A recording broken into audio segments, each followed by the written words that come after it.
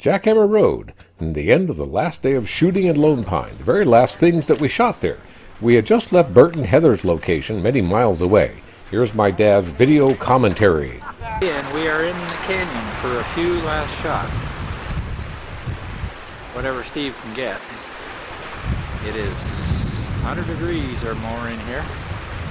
Now yodel. Cooling off. Woo! That's it, now yodel. We're in the Alabama hills.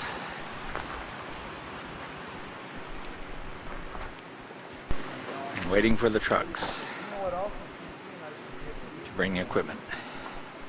Here's a fun detail. You can just make out the trench left in the asphalt by the jackhammer. Right there.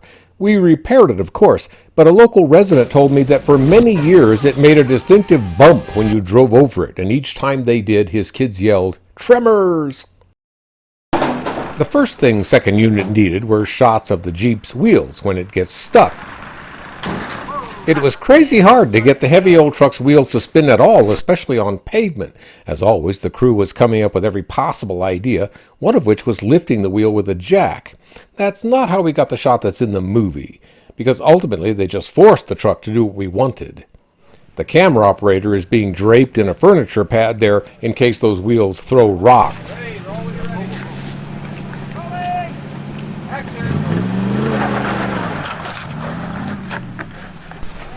And this might be the take in the movie.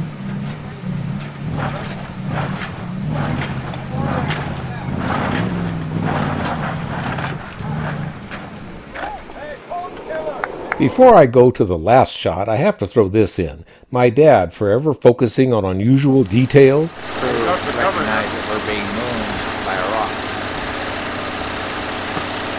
You know, I've been back to this location twice over the last many years, and I've never thought to look if that distinctive rock is still there.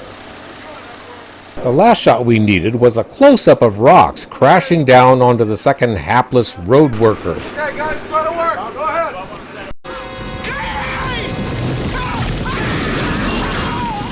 Quick sidebar, he's played by a lifelong friend of mine, John Goodwin, who years earlier starred in my USC student film Recorded Live about a guy being chased by a giant pile of living videotape, which nobody would know about except that it got picked up in the early days of HBO to run at random between movies. And years later, I learned that back in the 80s, it terrified a whole generation of unsuspecting kids. Anyway, the crew had climbed the slope and were filling that plastic tarp with rocks and vermiculite, so it could all be dumped on cue. Here's a test run. Not quite lined up on the camera. And I love that ladder getting drafted as a tripod. Those boxes, by the way, are another old-school Hollywood staple used on every set. We call them apple boxes, and I imagine way back in the day they probably were actual apple boxes. We're getting closer, getting things lined up. And we shot it. Action!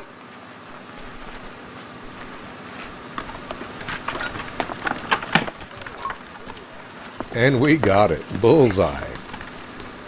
Well, if that didn't kill the fucker. And that was the last shot. Better cut it now. Cut. Hey, listen up, please. That is a wrap. Everyone, set free. Not coming down.